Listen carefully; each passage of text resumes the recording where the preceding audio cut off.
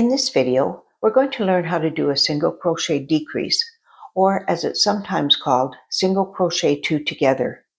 If you're ready to learn, grab a hook and some yarn and let's get started. You can use whatever hook size and yarn you have on hand. I'm using a 5mm crochet hook, a medium weight yarn, and all my tutorials are in US crochet terms. A single crochet decrease combines 2 stitches into one, reducing your stitch count. It's used to shape projects like hats or mitts, or to make amigurumi, which is the Japanese art of crocheting or knitting stuffed animals or dolls. I'm at the beginning of a row of single crochet. If your pattern tells you to decrease or single crochet 2 together, here's what you do. Insert your hook under both loops of the stitch, yarn over, and pull through the loop. But instead of completing your single crochet stitch, you insert your hook into both loops of the next stitch, yarn over, and pull through the loop. You'll have 3 loops on your hook. Yarn over and pull through all 3 loops. You've now done a single crochet decrease. I'll single crochet until I get to the last 2 stitches of the row.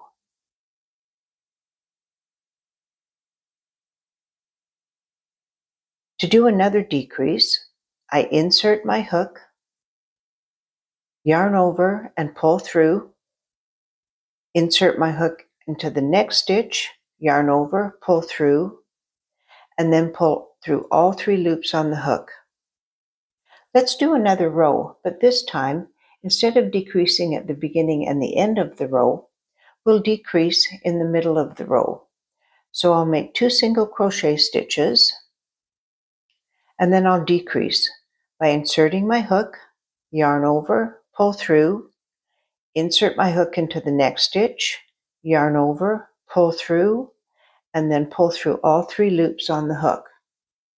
I'll just finish off this row. Decreases are made the same way, whether you're at the beginning, the middle, or the end of a row. We'll do one more row, decreasing at the beginning and at the end again. So insert, yarn over, pull through, insert, yarn over, pull through, and pull through all 3 loops. I'll make 1 single crochet and then decrease in the last 2. As you can see, the sample is becoming narrower because I've been reducing the number of stitches in a row. I hope you found this tutorial helpful. If you have any questions, please pop them in the comments. Thanks for watching.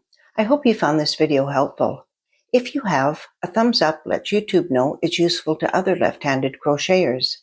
And if you'd like more clear left-handed tutorials, subscribe and turn on the bell so you don't miss a new video.